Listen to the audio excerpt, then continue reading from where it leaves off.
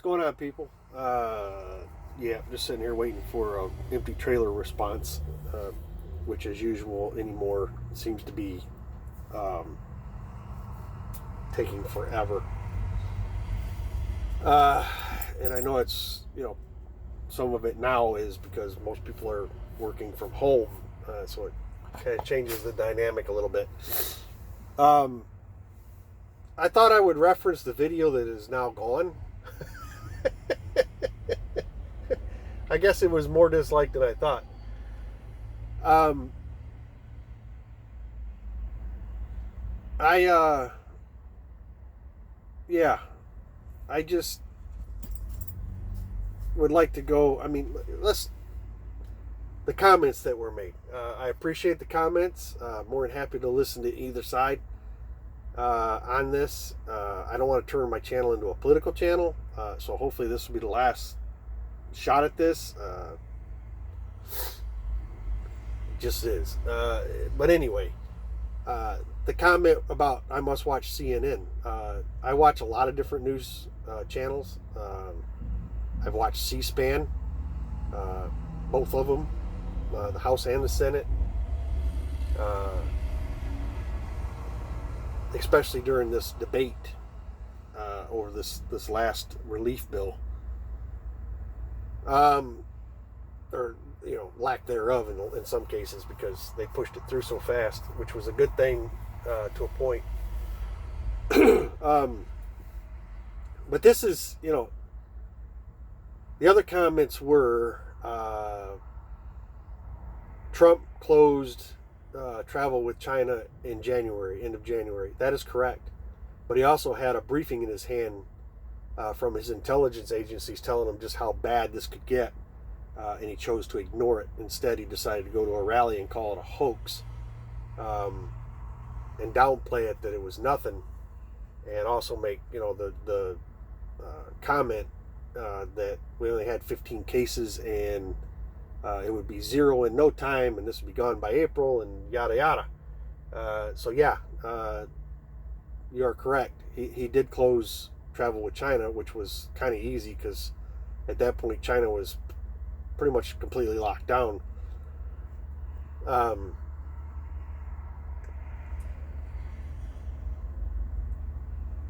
Yes, in February, Nancy Pelosi did encourage people to visit businesses and restaurants. That was definitely a failure. You are correct. That so early on, they had the information. They chose to ignore it. And again, at that time, yeah, everybody, there's failures on all parts. De Blasio, yes, he did, say continue business as usual back in February. Again, as mayor of the city of New York, he didn't have the same information that the president had, and obviously did not get just how bad this could get. It wasn't long, though, before he was calling for a stay-at-home order, shut everything down. It took the governor of New York a little while longer than that to finally do it. But we also see what happened due to the delay in making that happen. So yeah, there's been failures, but when the wake-up call came, everybody woke up except for one person. Everybody woke up except for one person. Then we went into overdrive on a lot of different sides. This wasn't just a Democrat thing. Democrat and Republican governors all stepped up and started doing their job. When they realized the scope of the problem and just how bad it could get, a lot of them stepped up, both sides. A lot of them didn't.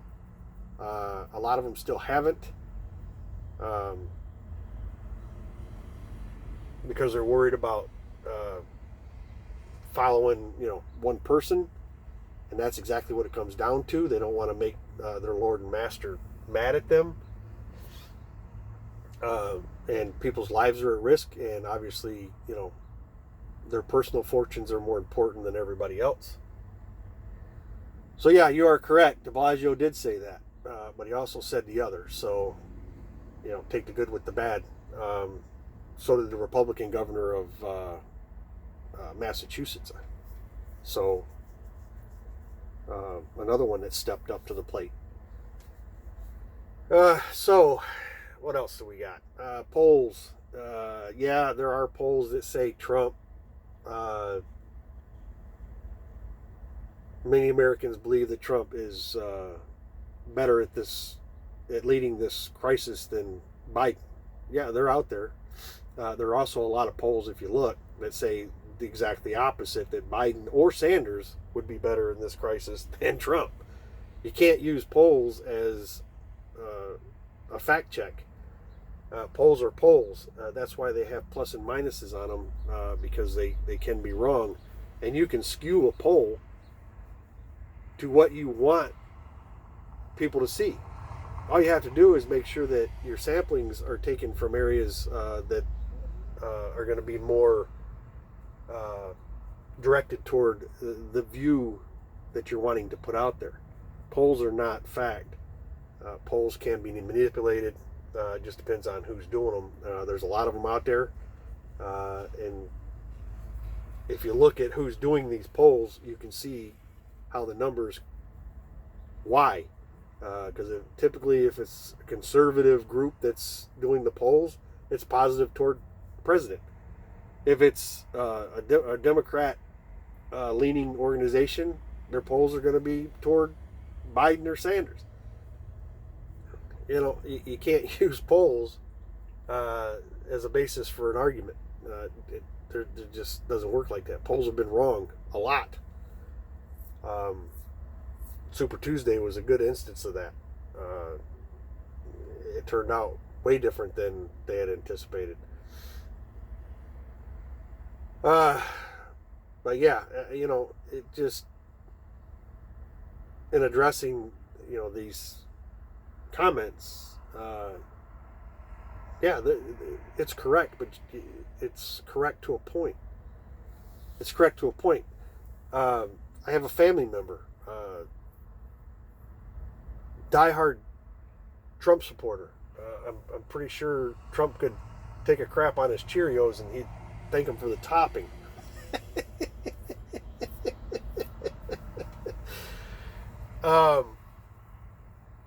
But the misinformation that he had, because he watches all the, again, only things that pertain to his point of view is all he pays attention to. The comment was that Pelosi came back from vacation to stop the payments to people, the cash payments to the American citizens. Completely false. Completely false. And that's fact, because if you look at what the original Senate bill was, they wanted to do it backwards compared to what the Democrats in the Senate and the House wanted. They were going to make it to where the less you made, the less you got. Instead of just a flat payment for the majority of the country, they wanted to do this backwards payment, cash payment, where the less you made, the less you got. That was not, obviously that isn't the way it ended up. Now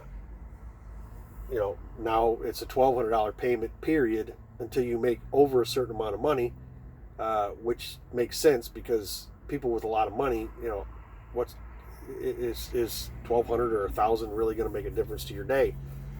Being as greedy as we are, I'm sure somebody making $1 million is pissed off he didn't get that $1,200, which is fine. But that's how the misinformation gets out there. That's exactly how it gets out there. People listen to organizations that agree with their position of the world, and they don't want to see anything else. So they'll take everything they get as fact without checking themselves. People want to be agreed with. They want their own version of their world validated, and that's what a lot of these organizations do. A lot of these organizations, it's to keep the camp together.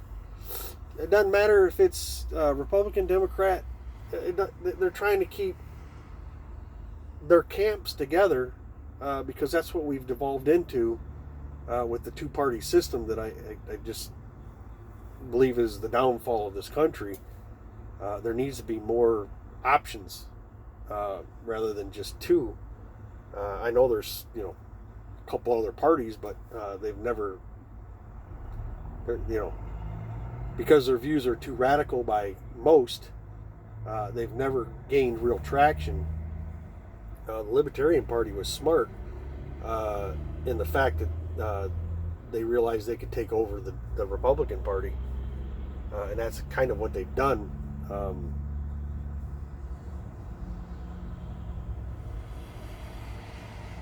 And if you're a libertarian, first I'd like to say I'm sorry, and then apologize if I've hurt your feelings.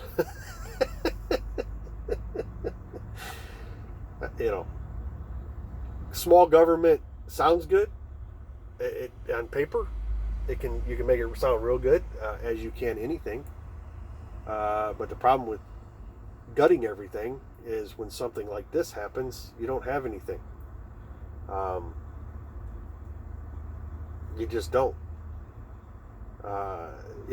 We had a pandemic response in the White House that was set up. That was, gotten rid of, and here we are in a pandemic. You plan for things, whether they'll, especially something on this scale, you plan for these things for a reason. So if they do happen, you got a response to it. And this is what happens when you take all that away, and now you're trying to play catch up. It just doesn't make any sense. Listen, I want him to succeed in this, but he has made it impossible on himself to do so. Just plain and simple. If you look at the facts, he has, again, powers and authorities that others do not, and he has failed to use them. We can only speculate as to his reasons why. I don't know. Maybe he's not good at taking responsibility. He don't like to be looked at as failing. Maybe he's afraid to make a hard decision because if it doesn't work out, he might take a little heat for it. Maybe that's it. I don't know. Maybe they bought a bunch of stock in these providers of medical supplies, and he don't want to enact the Defense Appropriation Act because it would lock in prices, because then the federal government would be the sole buyer, and they couldn't get $7, $8, $9 for a 50-cent mask. Maybe that's it. I don't know. That's speculation on my part. Wild speculation, probably. I'm just saying. But yeah, this is going to be the last video pertaining to this, because this is not what I want my channel to be. But I just thought I'd address the comments. Listen, if your news, if you're only watching what agrees with your mindset or your opinion, and you don't want to watch anything else because it might not go kosher with your meal, that's on you. That's on you. I try to watch a variety, whether I like it or not. Just because you got to read between the lines, people. You got to read between the lines and realize, it's all about money in the end. That's a problem for me.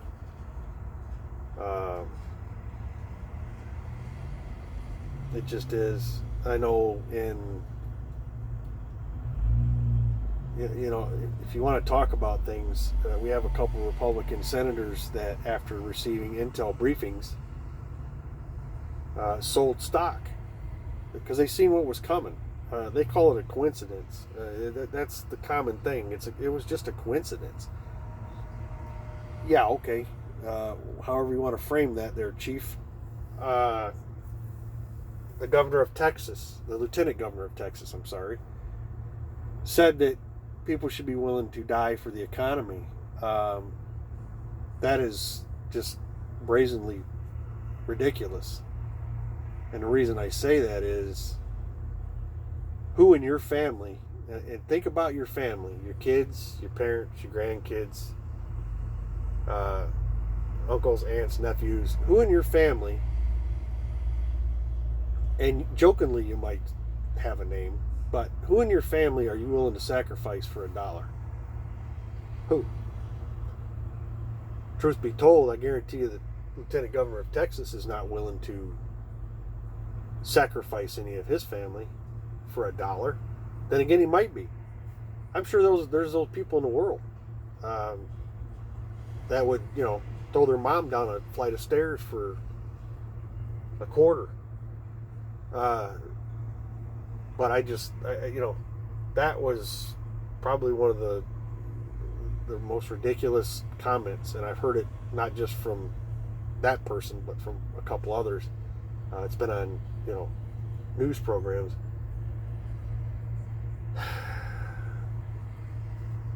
All I can say is, look at your family. Who would you sacrifice? Me? I'm not willing to sacrifice any of them. Just not.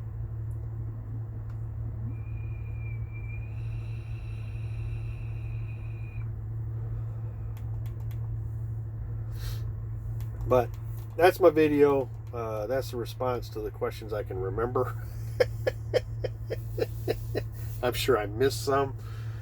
But again, I'm not, this is the last politically based video that I'm going to make. Period.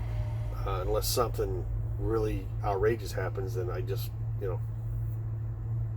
have to say it. But as always, I appreciate you taking the time. Be safe. We'll talk to you.